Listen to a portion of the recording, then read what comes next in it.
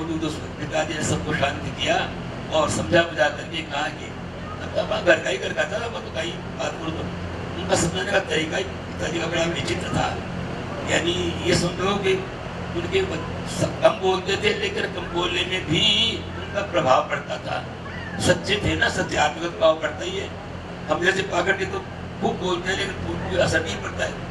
क्यों नहीं पड़ता है कि हम वास्तव में सच्चे नहीं, इसलिए नहीं पड़ता सर, क्या कुछ भी हो यहाँ तो बात नहीं। लेकिन तो यह है कि वो जो है सो सुरापान करने से तो एक मुंह से तो वो सुरापान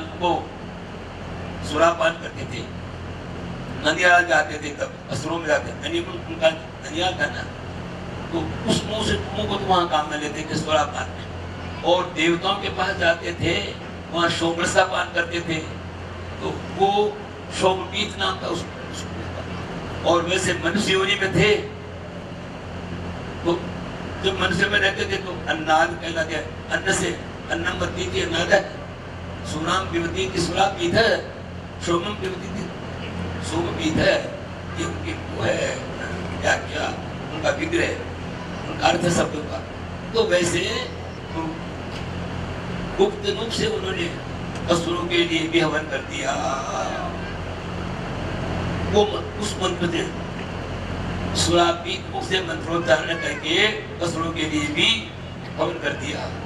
इंद्र को मालूम होते तो क्रोध आ गया, इतनी बड़ी परेशानी थी ना। चक्र से खड्ग से उनके तीनों सिरों को काट दिया। तीनों सिरों से 3 प्रकार के पक्षी हो गए, कलविंग, तितिर और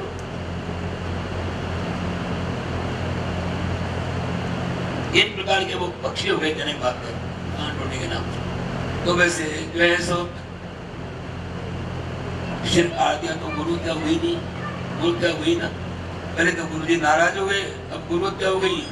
तब तो गुरु जी का क्रोध भी बृहस्पति का क्रोध भी कम हो गया था। इतने दिन हो गए थे, यजमान पर आई प्रकट हो गए, भाई इंद्र बहुत बुरा काम करते हो। इंद्र की ब्रह्मत्या को दूर करने के लिए उन्होंने यज्ञ करवाया, कोई सा भी उनका विधान था कोई ऐसा, उससे वो ब्रह्मत्या दूर हुई। और फिर जो है सो उसको बचाया इंद्र को। उस वक्त इंद्र कमल की नाल में घुस करके उसने प्राण बचाए थे 1000 वर्ष तक। तो इस तरह से वो ब्रह्मत्या दूर हुई। उधर अष्टा को मालूम हुआ, विष्णु के पिता को अष्टा आदित्य को मालूम हुआ, उन्होंने हिंसक आहुति दी यज्ञ में। इंद्र शत्रो विवर्धस्व, इंद्र शत्रो विवर्धस्व, उस पर उदात्त शब्द होना चाहिए, उदात्त स्वर से बोलना चाहिए, लेकिन वो अनुदात्त हो गया। ये उच्चारण में, संस्कृत उच्चारण में उदात्त अनुदात्त और स्वेद का बड़ा चक्कर पड़ जाता है। वेद मंत्र में यही बात है। इसलिए आगे में आकर के लोगों ने ये कह दिया कि भाई वेद मंत्रों का कभी भी उपयोग करो तो हिंसक में उसका उपयोग मत किया करो, नहीं तो उल्टा भी पड़ जाता है। तो इंद्र शत्रु विवर्धस्व, यो बोलना चाहिए। तो इंद्र शत्रु विवर्ध, इंद्र शत्रु विवर्धस्व, अर्थात इंद्र का शत्रु बढ़े, ये अर्थ हो गया उसका। एक इंद्र शत्रु विवर्धस्व, इंद्र का शत्रु बढ़ तू, इंद्र का शत्रु बढ़ेगा तो वृत्रासुर पैदा हो गया। ये बड़े पुराने जमाने के विद्वानों की बात है। ये उच्चारण कितना होता है, उन्हें रंगभरी में यही बातें होती थी। वहाँ रंगभरी में यही बात होती, कभी कभी तो 2-3 दिन लग जाते थे शेखावाटी की तरफ। रंगभरी 3 दिन तक चलती थी। विद्वानों में जो है परामर्श होता था, प्रेम से सारी बात होती थी, शास्त्रार्थ होता था। और कभी कभी लोग दुर्भावना से भी करते थे, कभी कभी दुर्भावना से भी करते थे, हमसे भी और टोटते थे। ये भी बात निवाई से बारात आई थी, हमारी बहन की शादी थी, उसमें जो है पंडित जी आए थे, वहाँ के निवाई में, और वो संस्कृत विद्यालय में उनका लड़का था, वो पंडित जी कुछ विद्या धनम सर्वधन प्रधानम ये बोलना चाहिए था उनको, और उनके मुख से निकल गया विद्या धनम सर्वधनम प्रधानम हो गया। पर हमारे पक्ष में यदि हम वो कन्या पक्ष के थे ना, हमारे पक्ष में से एक हमारे काफी राम है, वहाँ के विद्वान भी मौजूद है, वो हमसे दोस्त हैं शास्त्र।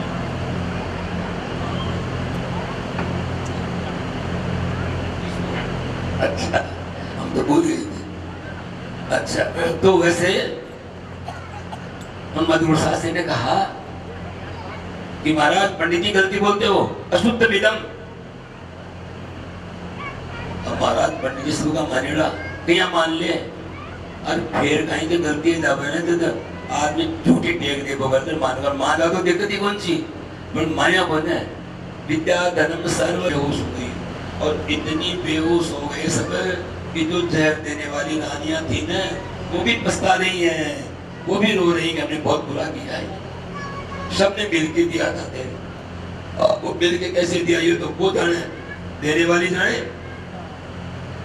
एक बहुत सारे थाली दीदी एक सारी सलाह कर रही है, एक बार दीदी प्रत्येक बड़ों पूछे आज कल के यहाँ जांच है थी, तो फिर बार पूछे गंड भी मिल तो जांच क्या होगी, वो तो राम की लीला है, भगवान की लीला बड़ी विचित्र है। तो वो कई दिनों तक 2, 4, 5 दिन 7 दिन तक उसका संस्कार भी नहीं हुआ बच्चे का। अब नारद जी और अंगिरा ऋषि दोनों ही आए, आकर के और कहा कि भाई तुम ये इसके लिए चिंता करते हो, इतना तुम बड़े बुद्धिमान आदमी हो करके भी और इस बात का विचार नहीं करते हो कि ये तुम्हारा क्या लगता है, तुम इसके क्या लगते हो। आश्वासन कुछ शास्त्रीय बातों से समझाया, कुछ थोड़ा सा उसको राजा को होश आया, रानी को भी होश आया। महाराज आप कौन है? सिद्ध पुरुष भ्रमण करते रहते हैं, तो क्या सिद्ध पुरुषों में से कोई हो? ये ऐसा है कि देखिए कि 24 घंटों में एक वाणी जरूर सत्य होती है आदमी की, ये निश्चित बात है। इसमें आपकी नींद उड़ाने के लिए इष्टा कहता हूं कि ये बात एक दरिद्री ब्राह्मण ने सुन ली। 24 घंटा में एक बात तो सत्य आदमी की है, वो नियम कर बैठो, एक लोटे जो पीतल को तो सोना बजा सोना बजा सोना बजा, या कह तूने भाई सोना बजा कोई। आखिर में 23 घंटा बीतकार बोली उन्हें रोज आयो और बात जब कहते हैं अरे कहते सोना कौन है तो लोग तो ऐसा वो कोई टेम आगो और वो लोग है वो तो वैसे तो वो कब होता है? ये सिद्ध पुरुष घूमते रहते हैं, सरकार के भी घूमते रहते हैं। ये सिद्ध पुरुष जब घूमते रहते हैं उस वक्त किसी के मुंह से बात निकल गई तो वो सत्य हो जाती है।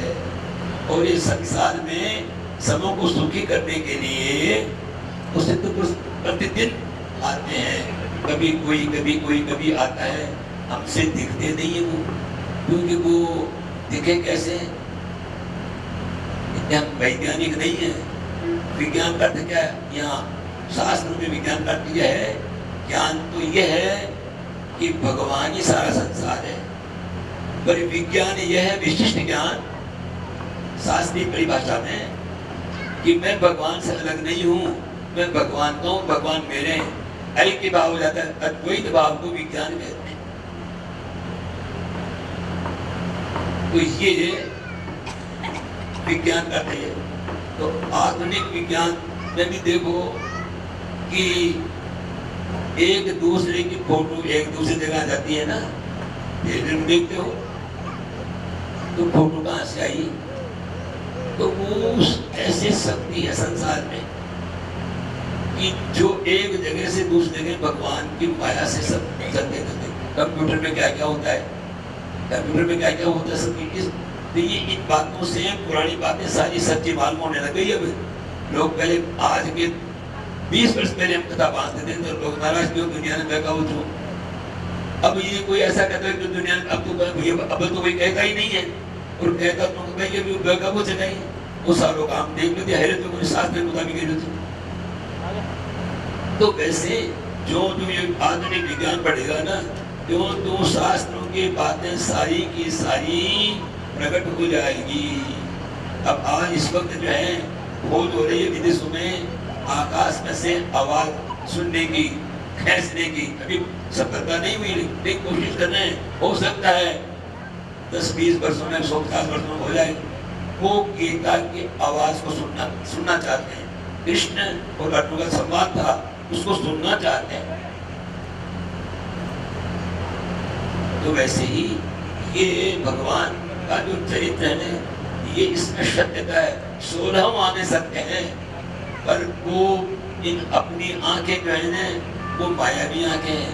तो ये प्रत्यक्ष सत्य कोई सत्य प्रति अक्षर आंखों के सामने आती उसी बात को सत्य मानती है, और बातों कोई भी बात को सत्य नहीं मानते। तो ये वो वहां, तो आप उनमें से कौन है महाराज? पूछा किसने चित्रकेतु ने परिचय दिया कि मैं अंगिरा हूँ, तेरे को तेरी शिक्षा देने के लिए आया था, पर तू तेरा पुत्र को आग्रह दे करके तेरा पुत्र का और तेरे को पुत्र दिया था उसने, वो और ये नारद महात्मा है। मैंने देख लिया कि जबरदस्ती कोई ली हुई चीज जो है ना वो अनुकूल नहीं पड़ती है। और फिर अब तेरे को मालूम हो गया कि पुत्र की प्राप्ति में कितना सुख होता है और पुत्र के वियोग में कितना दुख होता है। इस बात को तुम समझ गए, अब तो तुम समझ जाओ इस बात को। ज्ञान हो गया उसको, चित्र के फिर चित्र, वो भी पुत्र का पुत्र था ही। नारद जी ने जीवात्मा का आह्वान किया। जीवात्मा शरीर में तो प्रवेश नहीं किया, लेकिन ऊपर से आवाज आ रही है, अरे जीवात्मन, राजकुमार, तुम अपने शरीर में प्रवेश करो और माता पिताओं को चिंतित हो रहे हैं कि चिंता दूर करो। यज्ञ पर अधिकार जमाओ, राज्य शासन चलाओ, शुभ कर्म कराओ। जीवात्मा ने कहा कि महाराज ये दुखी क्यों हो रहे हैं मेरे माता पिता? मेरे कौन से जन्म के माता पिता हैं ये बताओ पहले तो आप कि इसी जन्म में? अरे महाराज मुझे कई जन्म में ये मेरे माता पिता हो गए, कई जन्म में मैं इनका माता पिता हो गया, कई जन्म में मैं इनका माता पिता हो गया, और कई जन्मों में ये मेरे माता पिता बन गए। इसलिए जो है सो इनको कह दो कि क्यों झूठी झगड़े में पड़ते हैं, भगवान का भजन करो, छोड़ो इस झगड़े को। बेटा पोता, माँ बाप, राज्य, धन दौलत, सेना, इन सबों को छोड़ करके भगवान का भजन करो। उसके द्वारा भी उसको वैराग्य हो गया। जीवात्मा के कहे हुए वचनों पर भी विश्वास करने पर उसका वो शोक भी शांत हो गया और संसार से विरक्ति भी हो गई। फिर नारद जी महाराज ने उस चित्रकेतु को ऐसा मंत्र दिया, इस मंत्र के कहने से उसके विद्याधर पति बन गया। वो विमान में बैठ करके सब जगह घूमता था, सत्य लोक तक घूमता था। यानी गति सीमित होती है, पर वो ऐसा था उसके पास विमान कि जिससे वो घूमे दो लोगों में, तो घूमे से कोई बात ही नहीं थी। पर में सत्य घूमता था, महर लोग, जन लोग, तप लोग, वहां तक जा सकता था। वो सब लोग घूम जाता था। एक दिन कैलाश में वो आ रहा था। कैलाश में भगवान शंकर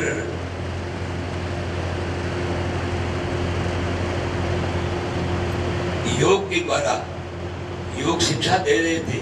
सभा जब जमी हुई थी, 3 लोग बैठे हुए थे और माता पार्वती को अपनी जगह पर बिठा करके उनको योग शिक्षा दे रहे थे। उसने आकाश में से कहा, विद्याधर ने, अरे देखो इनको लोग महादेव कहते, ये काहे के महादेव है? अरे महादेव नहीं, बड़े देव, महा का था बड़ा, ये बड़ा देव नहीं। उसको वहां बांध करके रखा, सब बच्चे भी पढ़ते थे। एक दिन क्या हुआ, ये सब बच्चों को बैठे हुए थे, इसके उनका प्रभाव तो पड़ता ही था। अरे प्रहलाद, तेरे में ऐसी क्या शक्ति है? तू मरा नहीं, तेरा पिता तुझे मारना चाहता है, फिर भी तू इतना निडर कैसे हो रहा है? अरे छोड़ दे वो भगवान का भजन करना। अरे भाई क्या छोड़ो, मुझे हर वक्त तो भगवान मिलते रहते मेरे सामने, तो भगवान उसको दर्शन देते रहते थे, भगवान उसको दर्शन देते रहते थे। अरे ये बता, तेरे को ये ज्ञान कहाँ से मिल गया? ये भगवान तेरे को कहाँ से मिल गया? उनकी भक्ति तेरे को कहाँ से मिल गई? तुम्हारा गुरु कौन है? कि भाई अपना गुरु तो छोटा है और कोई गुरु आया नहीं, तो बता तेरे को शिक्षा दे बात कि मेरे गुरु नारद जी हैं। कैसे? पुराण वृत्तांत सुना दिया कि मेरी माँ को ले गया था वहाँ नारद जी ने, मेरी माँ को लक्ष्य करके और मुझे भगवान की भक्ति का जो है ये उपदेश दिया था। ये मुझे तुम याद है जो बात हूँ, मेरी माँ तो समय के कारण भूल गई उस बात को, और मुझे वो याद है, तो मान कर उन पर प्रभाव भी पड़ गया। भैया वो तुम भी मेरी बात मानो, असल बुद्धि को छोड़ो, असल बुद्धि से तो बार बार मरना पड़ेगा, जन्मना पड़ेगा, मरना पड़ेगा, जन्मना पड़ेगा। तो इस बुद्धि को छोड़ो, भगवान को याद करो, तो जन्म मरने के चक्कर से छूट जाओ। न मरने का दुख और न जन्मने का दुख। मरने में भी दुख होता है, कोई मामूली बात को तो मरने दुख है, दर्द है। मरना देखो, अरे क्या वहाँ पे तबियत ज्यादा खराब हो जावे तो आप मान लीजिएगा अब मरता दिखा था। कई बार तो लोग अनुभव कर लेते हैं, मैं अब तो मरता दिखा ही था। मरने में भी दुख होता है और जन्मने में भी दुख होता है। 9 महीना माँ का पेट में पूर्ण तो फिर नहीं तुम्हारा तो बस से कभी बेरोज आते हैं फूलों के कोने रह सके, और फिर बाद जन्म से तो बड़ी मुश्किल से जन्म से, तो वो भी दुख है। जन्म बार मरबा को दुख है और जीवा रहा में भी दुखी है। सो तो वहाँ बस देख रहा था, मैं भूल जावा था भूल, और दुख ने सुख माना था। बालकना में भी भूखा मरबो करे थे, रोग को करे थे, माँ चरका को करे थे, और दर्द पेट में थे और माता की दवाई लगावे थे, और माता में दर्द है और पेट में दवाई देवे छे। ये उल्टा काम होता रहता है इस तरह से। और फिर दुखी दुख है। अब सब जानो से बात है, और जगह जगह आया से सारा वचन है, वो बात है याद करके चित्र है। बालक तो खेल खेल में गुजार दे छे, और पाछे बोल जावे छे, स्त्री का चक्कर पड़ जाओ, फिर बाल बच्चा का चक्कर पड़ जाओ, और अब जो है सो फिर मरबा का सामने जाओ। इसलिए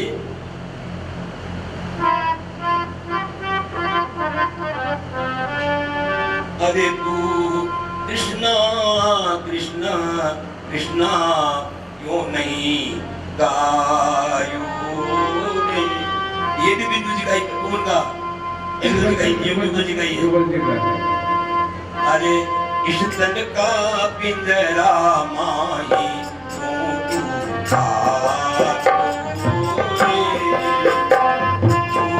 कृष्णा कृष्णा कृष्णा कृष्णा कृष्णा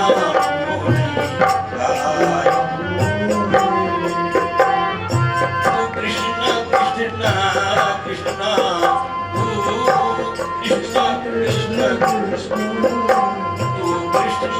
कृष्णा कृष्णा क्यों नहीं गायो।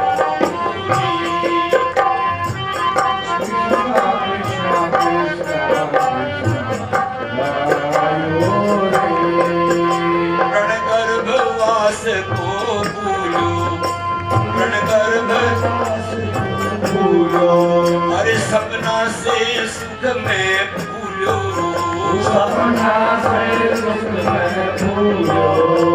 कोई बार बार धिक्कार ओ